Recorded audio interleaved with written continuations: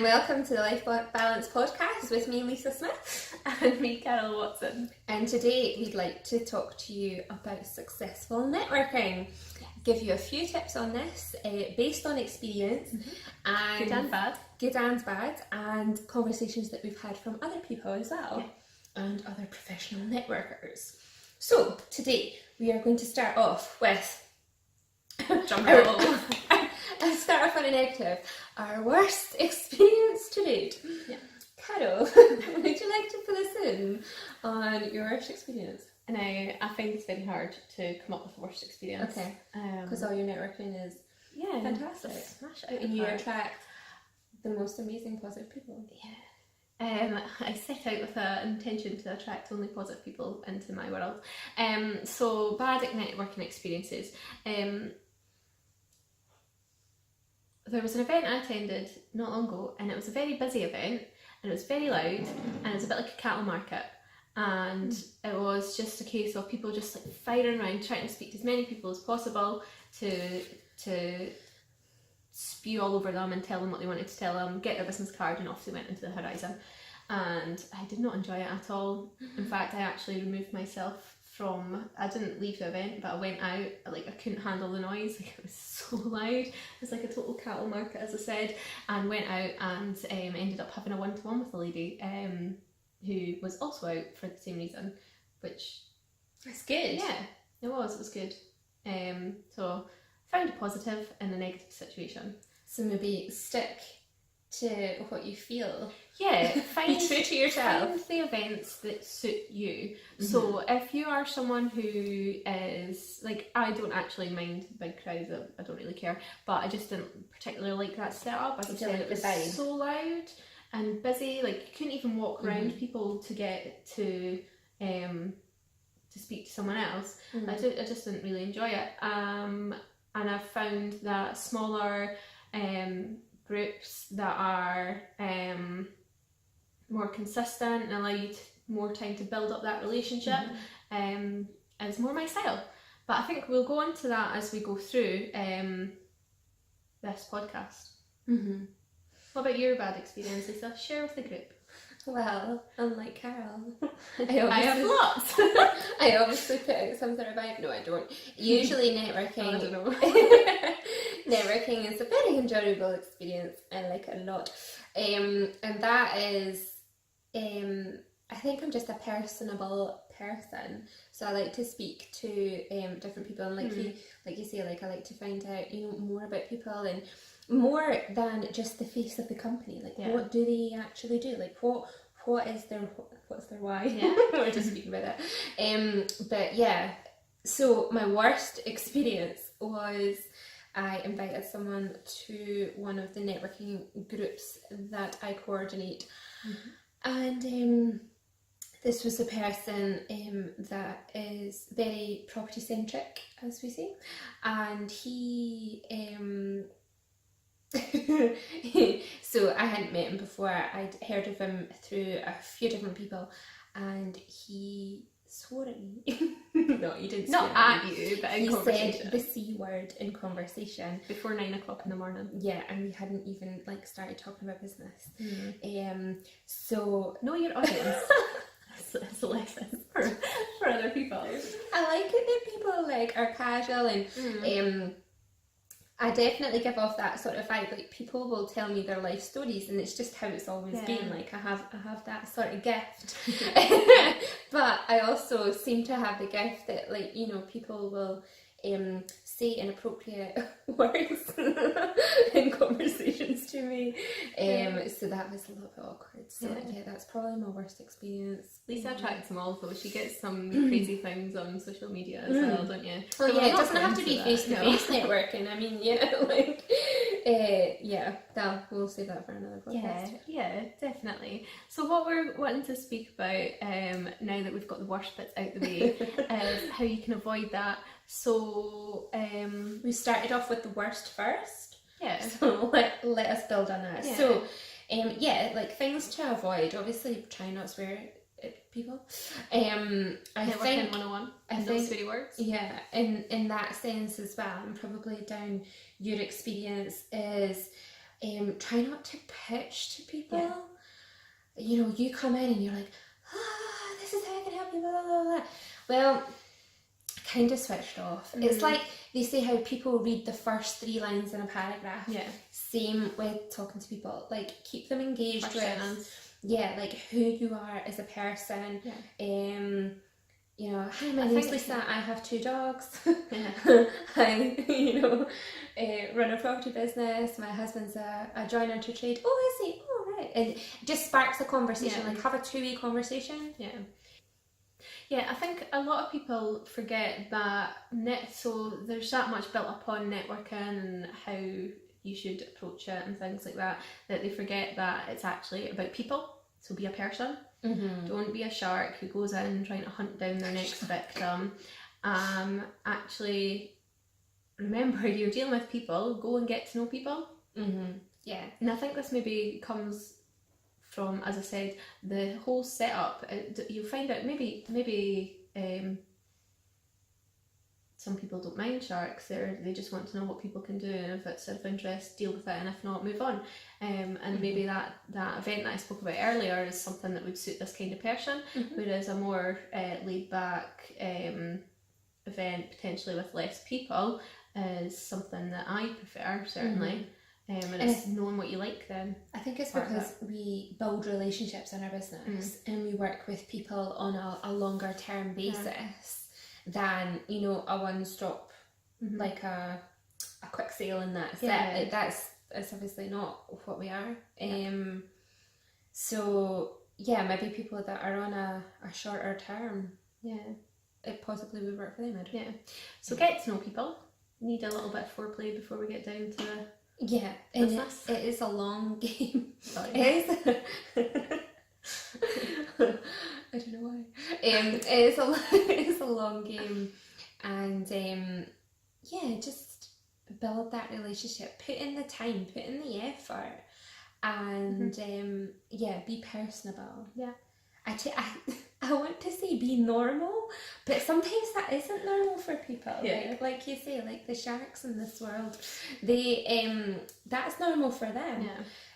And I suppose, you know, they'll attract those sorts of people, and I think you just have to be yourself and know that what sort of person you are, and like how you want to attract the sort of maybe a similar sort of person actually to your business, because you know that those 2 personalities will work fine. Yeah.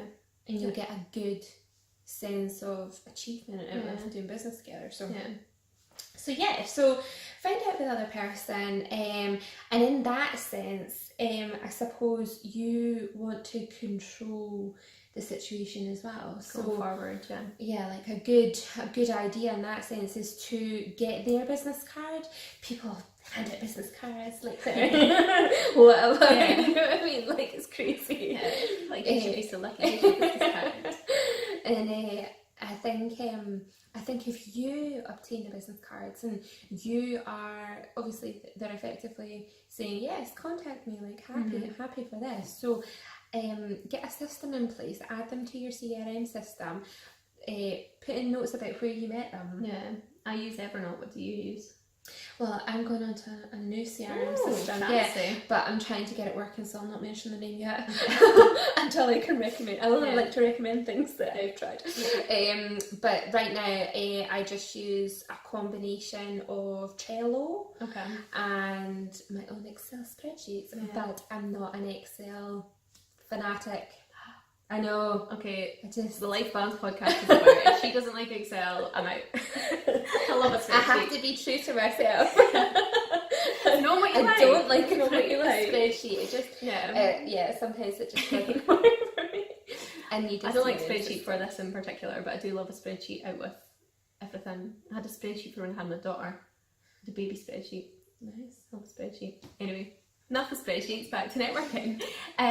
So it's you are taking charge. So you're not going to be sat at home waiting for this person to call you. Waiting for the phone that never rings. It's all in the follow-up. Like, you can't expect to do business in the 5 minutes of a networking event. You know, if you're doing it right, it should actually be like 2 or 3 minutes.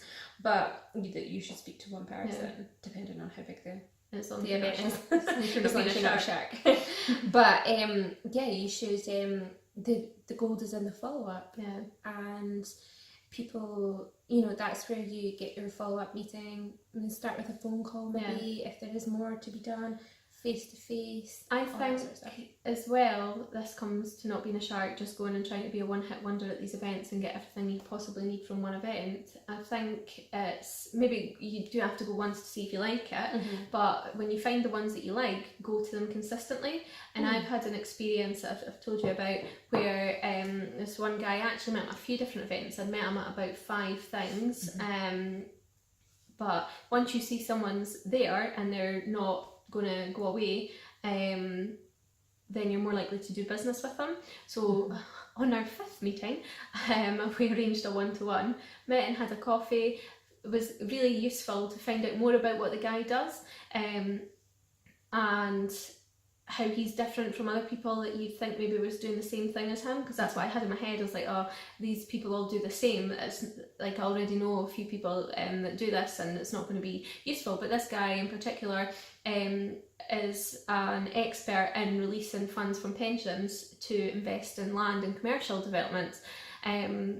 So he was very insightful and able to share loads of things with me.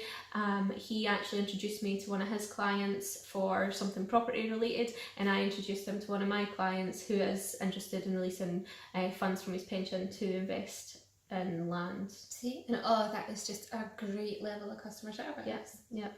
And so we're talking customer service in terms of networking. So the service that I'm providing to this person who I'm at a networking event, not even direct to customers, but just being consistent with them, and I've given him something, he's given me something in return, and it's just looking after your network. Yeah, definitely. And I think people buy from people, so if you can work with a good network and you understand what different people do, then it's all about, you know, filling in those jigsaw pieces. Yeah, joining the dots, is what I like to say. And so if you've met someone who, so I had a contact on social media ask for someone that did topographical surveys. I didn't know anyone that did topographical surveys. However, I attended the networking event, and the lady who sat across from me was like, so I do all these different things and I can do topographical surveys. I was like, oh, I need your card now. I've got someone who literally just posted on social media asking for you, and I didn't know you, so now I can make the introduction. But it's just being that person that connects the dots. And I think it makes you feel good as well, that like obviously the other people are going to be like, oh, Carol's lovely, she introduced me to such and such and got me business. But it's just makes you feel all proud of yourself. You're like, I've helped someone today, done my good deed. Exactly. And just on that topic of getting their business card, I think when you're putting into your system and making notes and things, like if you can do that like Carol did, like straight after the event, or you know, as soon as possible, hopefully that day, then it's fresh in your mind, like what conversations you had, you can write down the name of their kids and exactly, and obviously you can start bringing that up the next time you meet, and you know, just put effort into being personable. So yeah. And then I think probably most business cards today have a combination of obviously your email, your telephone number, and a link to your platform of choice, your social media platform. We use LinkedIn obviously a lot for business. So go and connect with those people when you have their information, and you know, start to follow them, see what they're all about, see what they're posting, what they're sharing. I think it even comes up like what people like and things, you know, in your news feed. So you can sit and keep a track with their interests and what they do. Be a crazy stalker is what we're saying. Imagine. Yeah. Not really, but get to know the people. Maybe not in the stalker shark way, but in the genuine nice person interested way. Yeah, like There's a fine line, I think. treat them like your friend's new Yeah. boyfriend and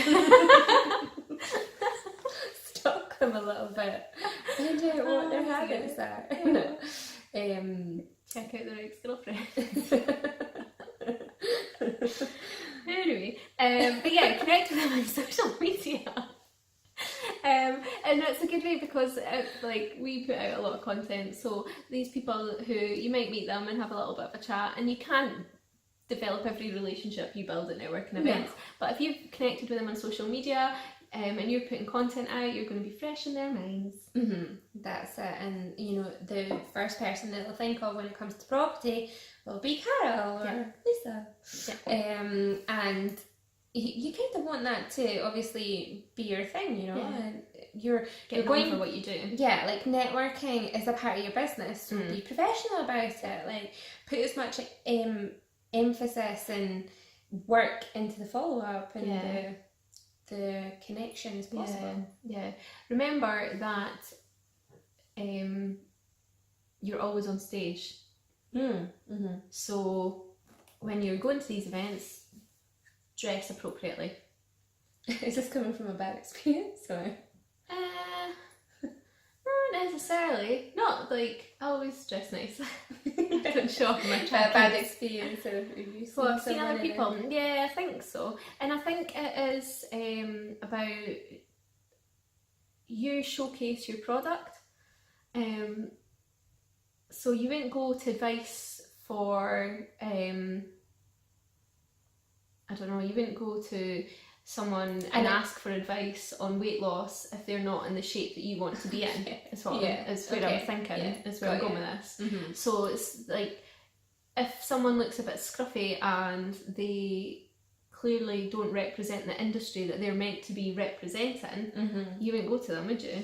Yeah, like if you're a lawyer shows up in like board shorts and a Hawaiian shirt, you might be like maybe into that and think it's quirky, but the majority you would be like, so I'm trusting you with purchasing my house, am I? Yeah, is it okay if I introduce you to my clients in that way? Are my clients expecting to see us? Yeah, that's it. So like I mentioned earlier, I spoke about a guy who introduced me to one of his clients.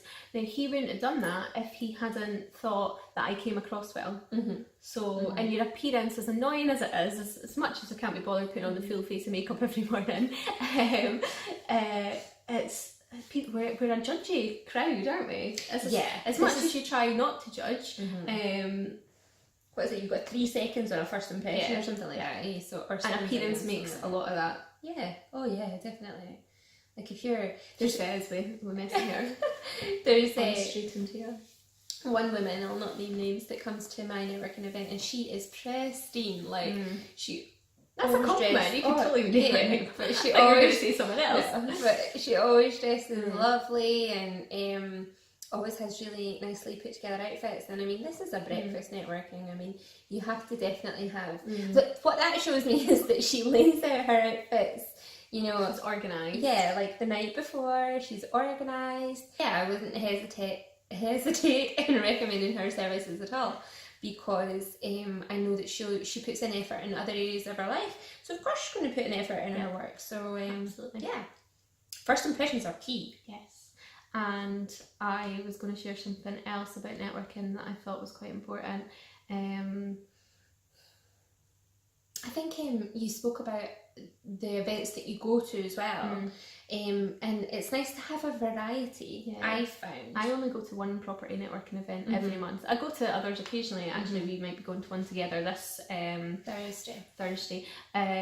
But for the majority of the time, I go to non-property related events because I want to be I've spoke about this when I was on This Week in Property with Richard Swan. I want to be the property evangelist and share the word and get out there. But yeah, it depends who you're looking to meet. So have purpose in what you're going to do. That's what I wanted to share. Have a purpose when you attend a networking event. Don't just rock up. Especially if you're getting out your bed to show up somewhere at 6 a.m, you want to know why you're there. And it will make your experience so much nicer than if you just stroll along and see what happens. So here's a question for you, right? Okay. Off script. What do you think of, so a lot of these networking events, you do like a 60-second pitch at the start. What do you think of it? I think it's quite good. And I've been to ones where they don't do it, and you just kind of get to mingle with the people who you're sat next to. So it's very much a hit or miss. Whereas if you get 60 seconds at the start, you might not necessarily get to speak to that person, but you can clock them and maybe make a note on their business card to be like, he does this, I need someone that does this, I'll go and speak to you at the end. So I do like it. Me too. Do you always do the same 60-second pitch, or do you change it? No, I have different ones. So obviously, like when you're regular and you're going to these networking events consistently, you know, every couple of weeks or every month or however, you know, frequently they Are come up in your bi-weekly, calendar. Bi-weekly. So you need to change it up, you know. If the same people are doing the same things as well, like you need to change it up. And for those ones, I like to do a little bit of study, you know. I like to come out with some like interesting facts. like up to date in the minute facts about property and what we're doing and things like that. Sometimes I just say how we've done in the week. Yeah, that's what I do. That's what I was going to say, is I share what's actually been happening. So this is what I'm working on, and it'll give people an idea of what you do, because generally I pitch one thing that I do at these events. However, we do lots of stuff.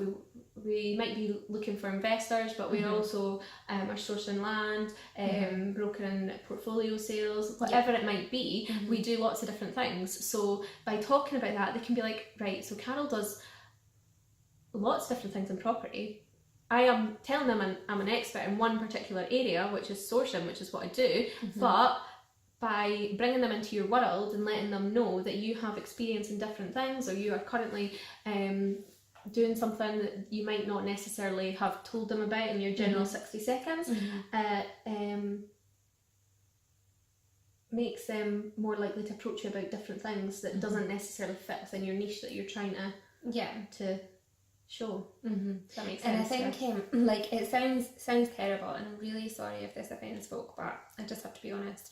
People that read off a script for their 60-second pitch. Oh, it's 60 seconds, man. Come on. You need to learn it. Like, please do you and your business a favour and just learn it. Like, learn it off by heart. And even if you don't change it every week or whatever it is, stick to your same 60 seconds if you are this person. But for 60 seconds, if you can't stand up and say, this is what I do every single day of my working life, and this is what I'm trying to achieve, then it doesn't come across great, guys. It doesn't come across great, but it's great if you've got a list of the facts that have happened in the last week, or even what you've been working on. Like have your notebook open and have a few notes, like just to keep you going.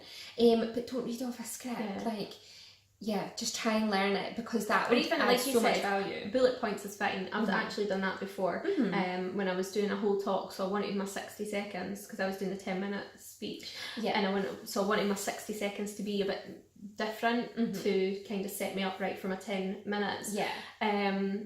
So I had taken bullet points, which is something I don't normally do, but I found it was actually quite good. But it's not like, hi guys, I am Carol Watson. My business is intuitive property investment. Like, it just doesn't work. I know, and like we're both doing it. We're both, attending like Toastmasters or other places to help you with your public speaking. And if you're nervous, like you need to put in that time and effort and go and study and like learn from the experts. Because you can't be an expert at everything, but you can learn it. You can get better. Absolutely, work on it. Work on it. So that's probably, so the top 3 tips that we've kind of went through in various ways are obviously join a variety of networking events. Find out what works for you. Find out what works for you. Find out about the other person. Try not to pitch to them. Be normal. Just be personable, like you said. Control the follow up. Connect with them on social media. Follow up in a natural way, not in a sharky way. And generally make it a professional part of your business. Make sure you look right, you sound right, you're prepared, you're ready to go. You know why you're there. And understand that hour or two that you're out of the business, you're away from your computer, you're still working. So be as professional as possible. Go out with a purpose. Get all your ducks in a row. Have your follow-up ready to go when you come back, and your business will thrive. Absolutely. So we hope that's been helpful and potentially useful for some of you guys. If you could give us a review on iTunes, that would be amazing. And if you think there's someone else who needs to hear this, maybe a potential shark out there, then if you could share it with them, that would be great. Thank you so much. Thanks. Take care. Bye.